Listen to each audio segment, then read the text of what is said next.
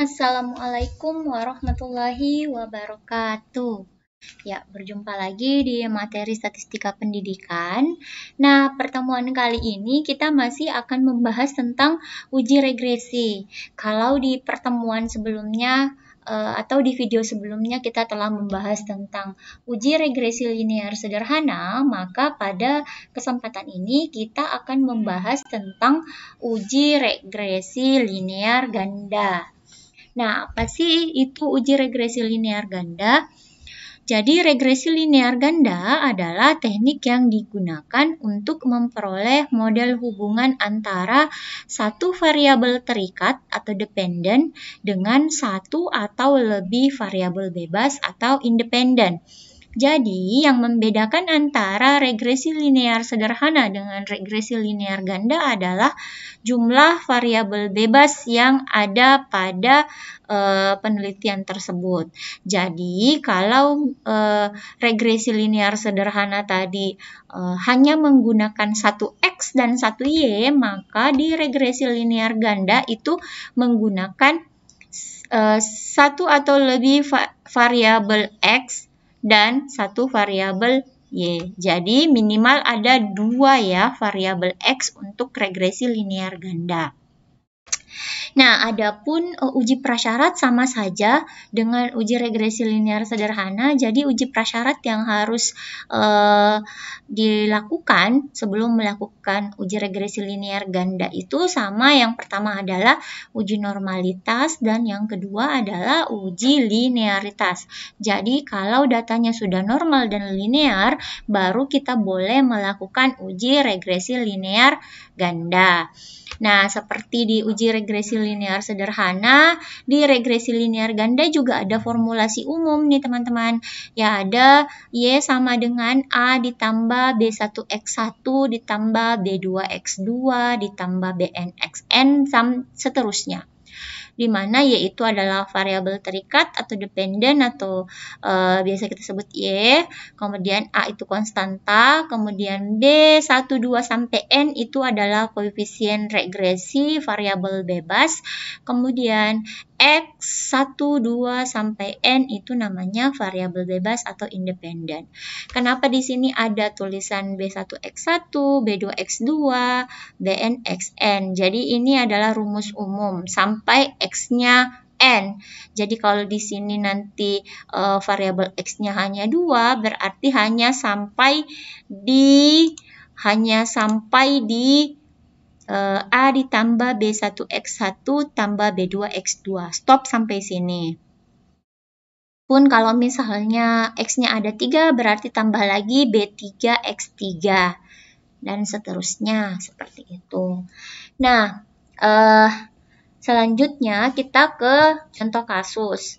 Jadi di sini contoh kasusnya, seorang peneliti ingin meneliti tentang pengaruh kedisiplinan dan keaktifan dosen terhadap prestasi belajar mahasiswa di IAIN Sinjai. Jadi di sini sudah ada dua variabel X. Variabel X-nya adalah kedisiplinan dan variabel X keduanya adalah keaktifan dosen. Sementara Y-nya adalah prestasi belajar. Jadi kalau kasusnya seperti ini, kita bisa merumuskan hipotesis kalimatnya, yakni H0 tidak ada pengaruh kehadiran dan keaktifan dosen terhadap prestasi belajar mahasiswa di IAIN Sinjai. Jadi tidak ada pengaruhnya. Kemudian HA, ini salah ketik ya, ada pengaruh kehadiran dan keaktifan dosen terhadap prestasi belajar mahasiswa di IAIN Sinjai. Oh iya, bukan kehadiran ya teman-teman, di sini kedisiplinan. Jadi ada pengaruh kedisiplinan dan keaktifan dosen terhadap prestasi belajar mahasiswa di IAIN Sinjai. Nah, adapun kriteria pengujiannya, jadi kita harus menolak H0 jika p-value atau signifikansi alfanya kurang dari 0,05. Kemudian kita harus menerima H0 jika p-value atau signifikansi itu lebih besar dari 0,05. Jadi yang ini yang harus kita ingat bersama. Nah, bagaimana langkah-langkah melakukan pengujiannya? Mari kita ke datanya dan kita ke SPSS-nya. Jadi di sini saya sudah menyiapkan data untuk kedisiplinan dosen, keaktifan dosen, dan prestasi belajar mahasiswa. Jadi seperti biasa ketika kita akan melakukan analisis, kita buka dulu SPSS-nya, kemudian kita mendefinisikan variabelnya di bagian variabel view. Di sini kalau mau enak, kita langsung saja mengetikkan nama yang pertama itu X1 ya. Kemudian kita mengetikkan X2, kemudian Y. Nah, di sini kalau datanya tidak ada yang desimal, berarti kita ketik 0 saja semua. Kemudian kita memberi label. X1 itu tadi adalah kedisiplinan dosen, kemudian yang X2-nya adalah apa ya tadi ya? Keaktifan. Jadi keaktifan dosen. Nah, yang ketiga barulah prestasi belajar. Setelah ini didefinisikan, kita buat jadi scale. Oke, setelah itu kita kembali ke data view. Di data view sudah ada X1, X2, dan Y. Nah, sekarang kita tinggal meng-copy paste. Jadi ini enaknya Excel, kita bisa langsung copy paste ke SPSS-nya. Jadi ini ya, sudah kita klik paste. Nah, ini sudah ada data antara kedisiplinan, keaktifan, dan prestasi belajarnya. Nah, caranya sama dengan analisis regresi linear sederhana, yaitu kita tinggal klik analyze, kemudian kita pilih regression, kemudian kita pilih linear. Setelah itu kita pindahkan masing-masing ke tempat variabelnya. Kedisiplinan dosen itu kan X1 kita pindahkan ke independen, keaktifan dosen X2 kita pindahkan ke independen, prestasi belajar kita pindahkan ke dependen. Jadi kalau misalnya teman-teman semua masih bingung yang mana yang dependen dan yang mana yang independen, bisa juga kita memperhatikan tulisan ini. Independen pakai S berarti lebih dari 1. Oh, berarti yang ada X1 dan X2-nya.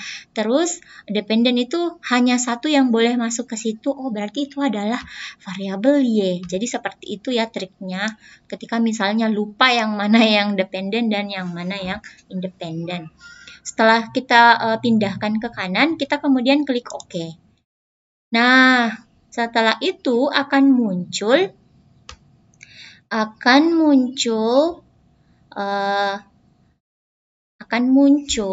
output SPSS seperti ini. Nah, output SPSS seperti ini untuk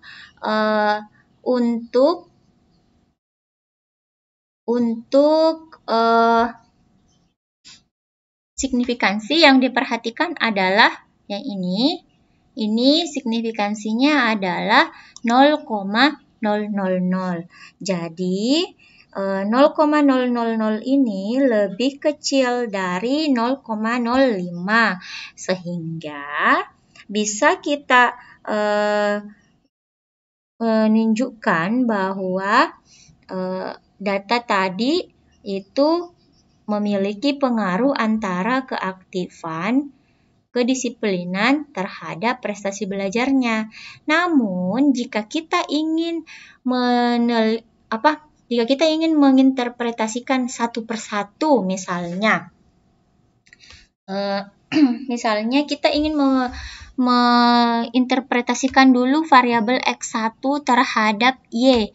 X1 tadi kan kedisiplinan. Nah, yang kedisiplinan itu yang ini 0,288. 2,88 ini lebih besar. Berarti kedisiplinan dosen itu tidak ada pengaruhnya terhadap prestasi belajar. Sedangkan keaktifan dosen itu ada pengaruhnya karena signifikansinya 0,001. Nah, tapi ketika kita ingin melihat pengaruhnya secara bersama-sama, maka yang diperhatikan adalah yang ini, signifikansi yang di tabel ANOVA. Jadi, memang ketika kedisiplinan dosen itu terhadap prestasi belajar itu tidak berpengaruh. Kemudian keaktifan dosen itu berpengaruh. Tapi ketika mereka bersama-sama, kedisiplinan dan keaktifan ini secara bersama-sama, ternyata mereka itu memiliki pengaruh terhadap prestasi belajar mahasiswa seperti itu. Nah, bagaimana dengan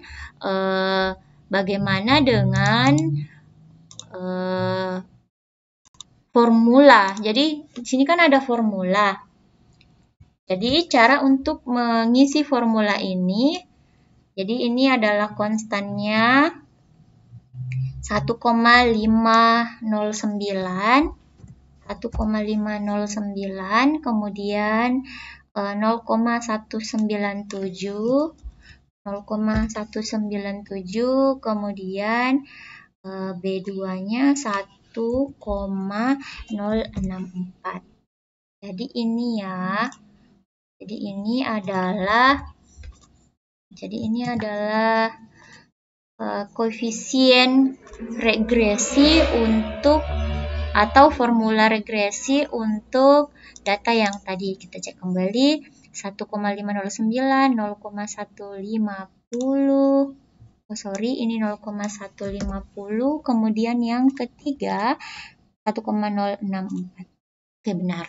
Jadi rumus regresi untuk data kedisiplinan, keaktifan, dan prestasi belajar mahasiswa itu yakni sebesar Y sama dengan 1,509 ditambah 0,150 X1 ditambah 1,064 X2.